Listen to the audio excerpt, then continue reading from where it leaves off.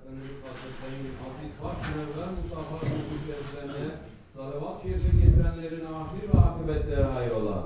Âl-i ezvacı, tahiret evladı Resul-i Eshab-ı Efendilerimizin zahir enbiya-i zam ve Resul-i Fihan haziratın ervah şeriflerine Pirimiz Bilal-i Habeşi radıyallahu anh Efendimizin, Şeyhimiz sahibi Seyyid Abdülkerim el-Kıbrıs Rabbani Hazretlerinin ve alâ-ı bu caminin vanisi ve bugüne kadar içerisinden gelmiş geçmiş imam mezzin kaynlarının ve kahve ehli imanın ervahı için Allah rızası için El-Fatiha.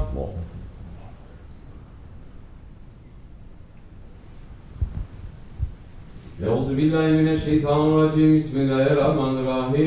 İnnallâhe ve melâiketehu yusallûne alen-nebi.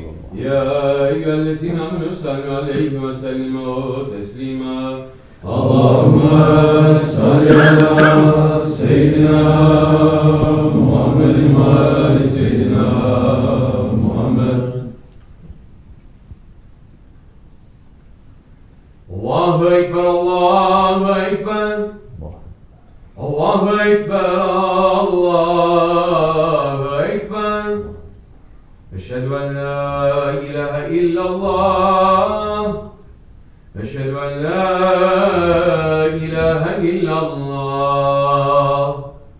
Eşhedü enne Muhammeden Resulullah.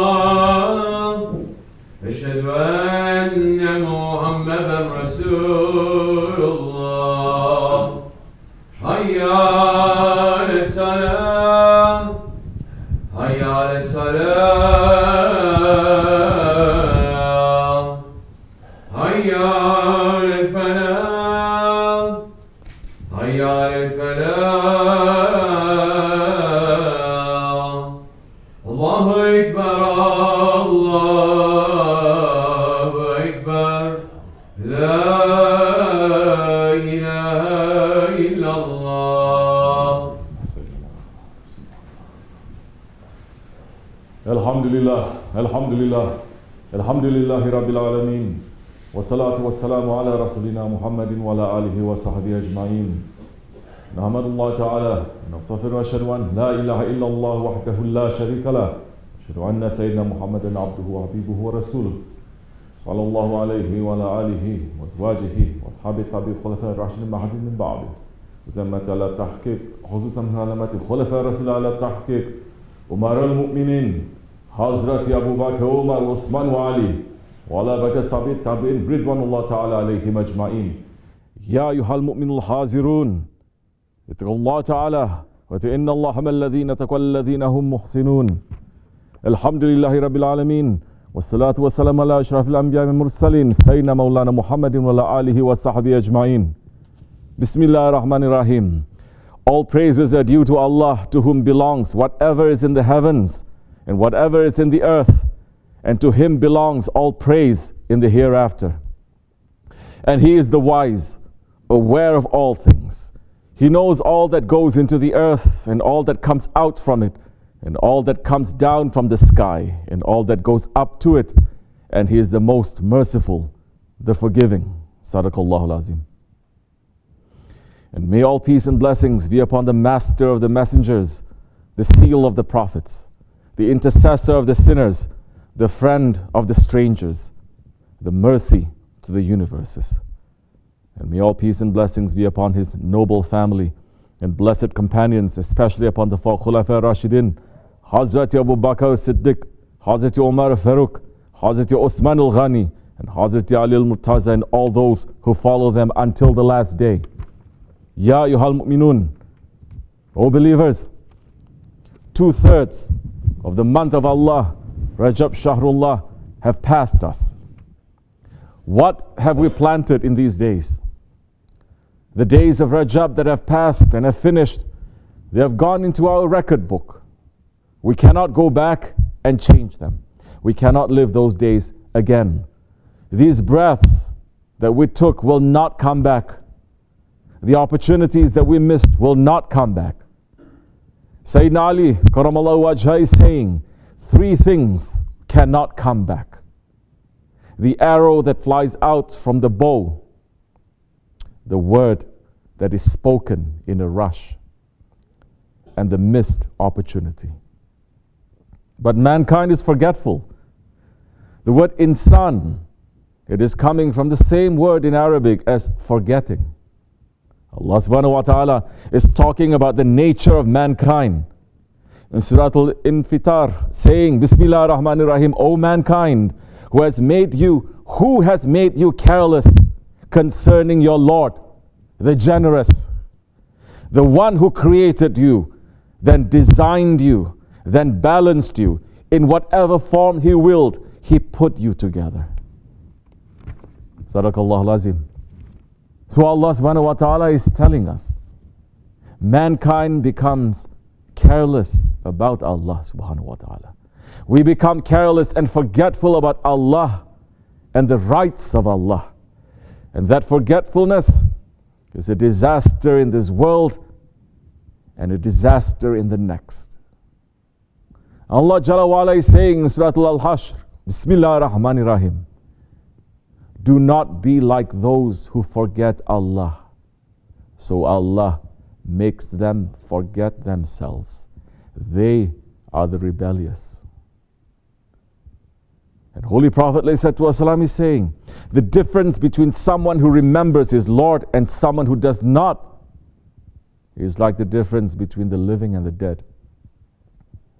There are so many who look alive in this world today, but the reality is they are dead, walking above the ground. The heart is dead, the spirit is dead. They have forgotten themselves. The opposite of those people, the opposite of that state of forgetfulness, of ghaflat, it is being in a state of remembrance, being in the state of zikr. The only ones who are truly alive are the ones who are making zikr, the ahli zikr. And Allah subhanahu wa ta'ala is ordering us to be with them, saying in Surah Al-Nahl, Bismillah ar-Rahman ar-Rahim, ask the ahli zikr, the people of remembrance, if you do not know. Sadaqallahu al-Azim. The people of remembrance are the friends of Allah. They are the ones who do not forget their Lord. And for that reason, they are alive. Because Allah subhanahu wa ta'ala is remembering them in every instant.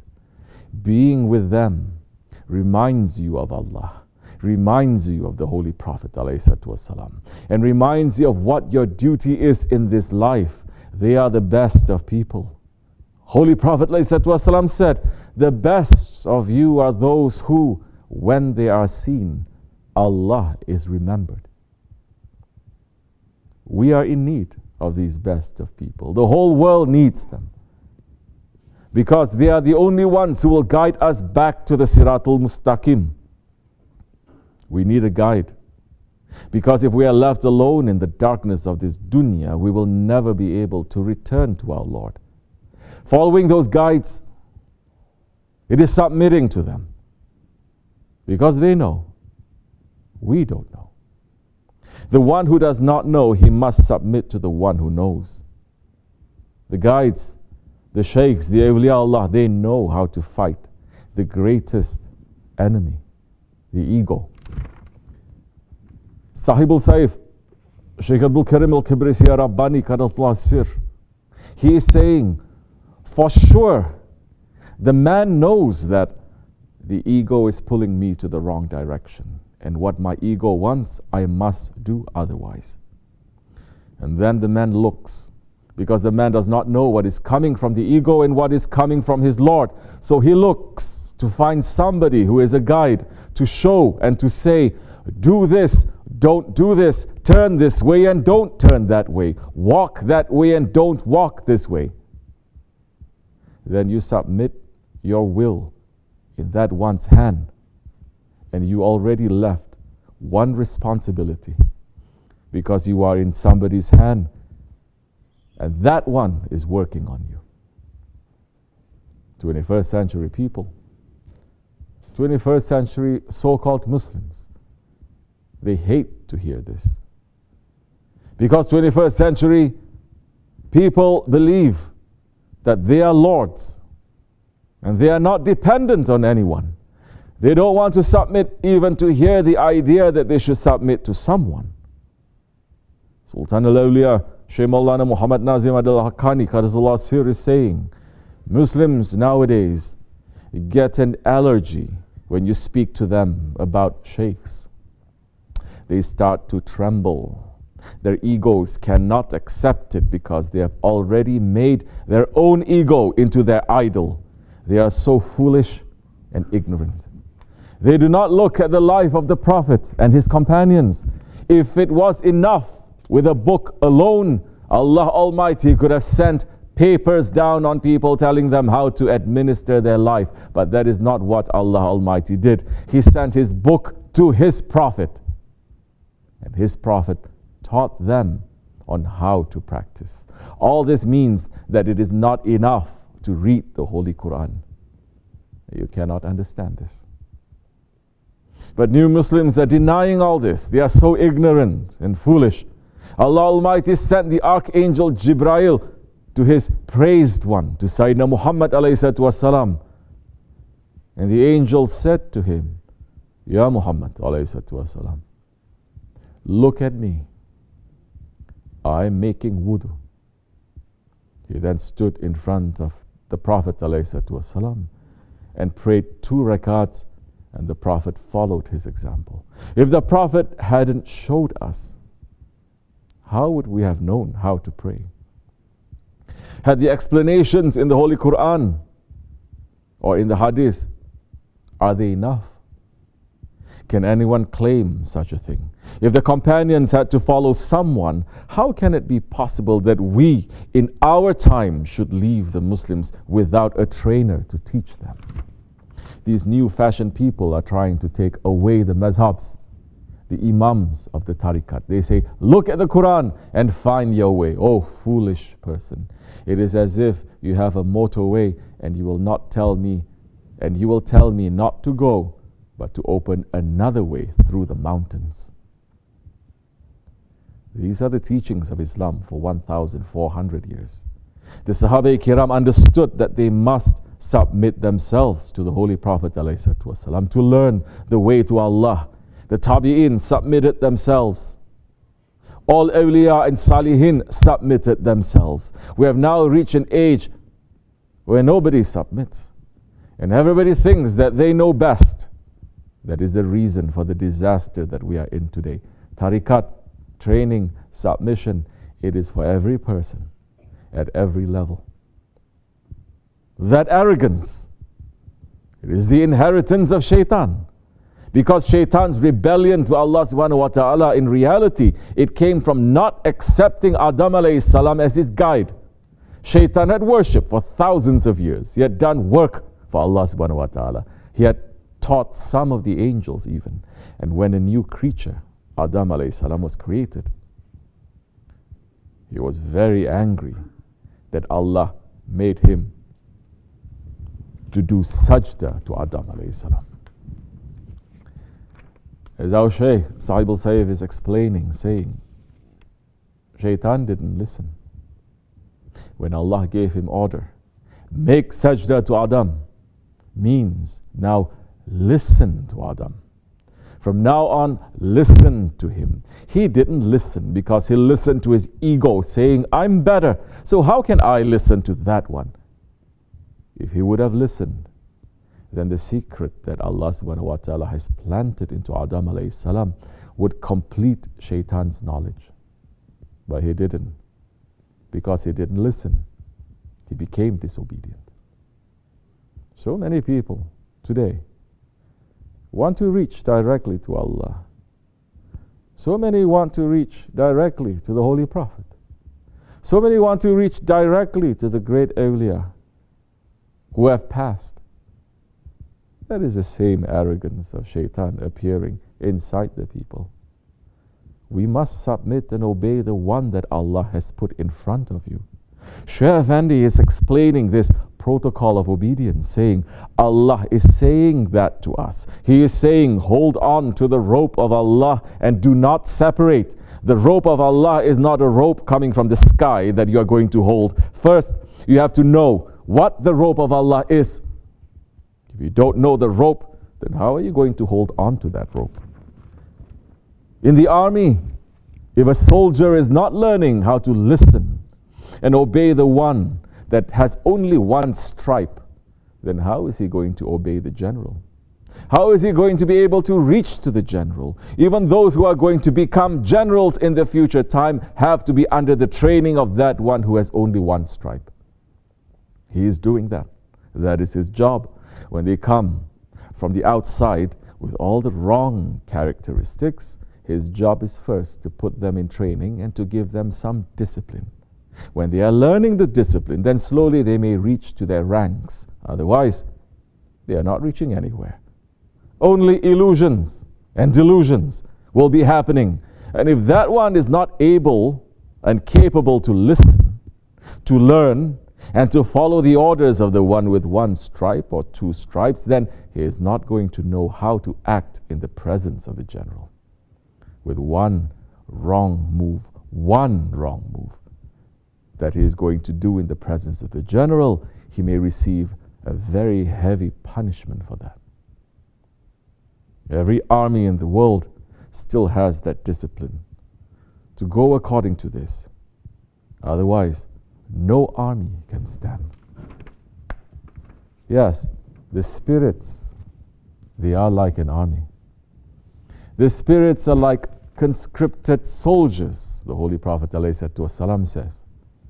In this jihadul akbar, in this jihad against our ego, that is the protocol. If the physical army breaks its protocol and breaks its ranks, then it's going to fail. In the same way, if someone fighting the ego breaks the protocol of the spiritual discipline, he is going to fail. And that failure is not just for dunya, it is for akhirat as well. Ghawsul Azam is saying, Shaykh Abdul Qadir Gilani Qaddasallahu Sir, he is saying arrogance, hypocrisy, egoism, they are all arrows of shaitan aimed at your hearts. One should develop a strategy to defend oneself from this attack. The correct strategies are explained and demonstrated by the sheikhs. You should listen to their commands and act on them. They will guide you on the path of Allah, since they have already traveled on that path. Ask their advice on matters relating to the nafs, desires and other weaknesses, because they have also suffered their effects and are well aware of the dangers and the harms of evil desires.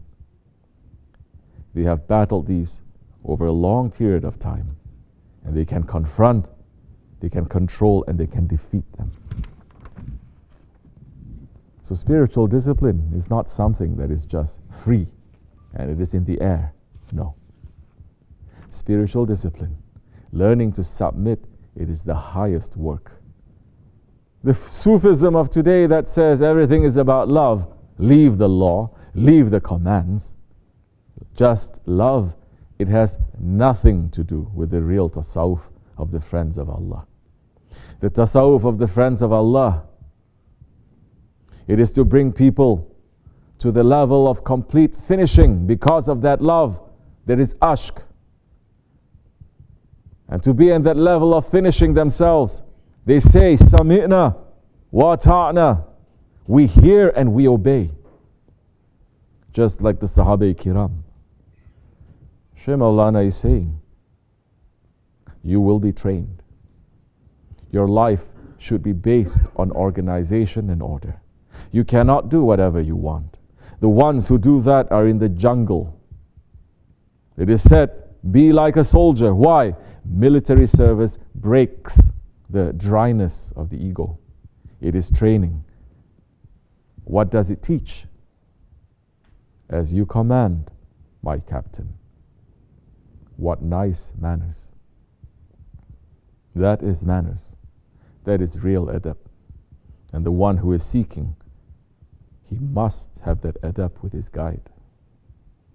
Grand Shaykh Abdullah Dagestani Qaddasallahu Sir is saying, the murid has to accept that his shaykh is 70 degrees ahead of him in all respects. He has to believe that if I know one thing, my shaykh knows 70 times more. If not, he cannot receive any benefit. He makes no progress. If he doesn't surrender, it is useless. It means it is useless. Islam is surrender. Islam is submission. That surrender and submission, it will bring a man to a state of Islam, to a state of peace. And Allah subhanahu wa ta'ala is talking about that state of peace, saying, Bismillah ar-Rahman ar-Rahim, O you soul at peace, return to your Lord, well pleased and pleasing to Him. Enter among my righteous servants and enter into my paradise. Sadaqallahu al-Azim. Our hope, our maqsud, it is to hear that call from our Lord. Ya Rabbi, in this holy month of Rajab, we are asking your forgiveness and your mercy. We're asking you to keep us with the guides and to let us to submit to them and to follow them. We're asking you to keep us with those that they are pleased with you and you are pleased with them. We are asking for your pleasure. Ameen. Astaghfirullah. Astaghfirullah. Astaghfirullah. La ilaha illa huwa al-hayyul qayyum wa atubu ilayh.